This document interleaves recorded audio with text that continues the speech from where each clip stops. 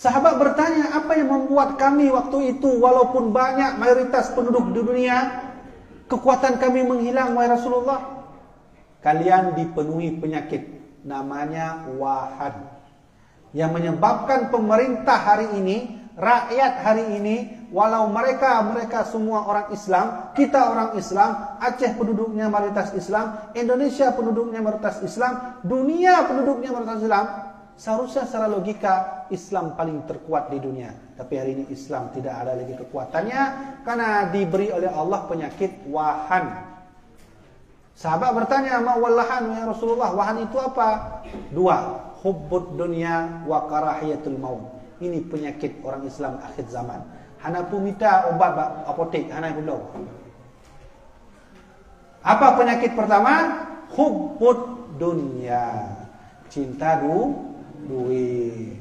Makanya tadi Tengku itu bertanya, kenapa rakyat biasa dihukum, pemerintah nggak dihukum? Gimana nggak dihukum 2 miliar masuk?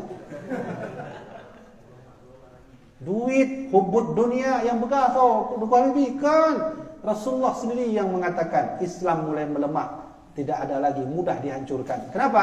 Hubbud dunia, penyakitnya.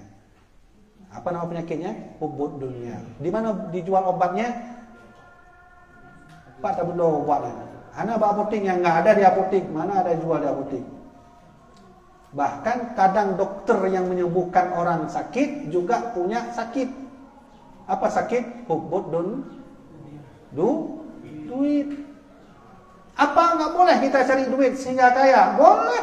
Utsman orang kaya. Ya, Utsman bin Affan orang paling kaya itu. Sekarang hartanya masih tersimpan dan bergulir. Paling kaya. Tengku nggak boleh ya, saya orang Islam cari duit banyak-banyak. Boleh. Tapi kemana bawanya? Kalau sering kebawa ke Innova, ke Pajero Sport, itu yang nggak boleh. Yang jadi nggak boleh. Yang kedua penyakit umat Islam, wa karahiyatul maut. Banyak umat Islam tak mau lagi memperjuangkan agamanya, menyerahkan nyawanya kepada Allah. Ketika Islam dihina, kita biasa saja, nak marah. Takut mati karena membela agama Allah.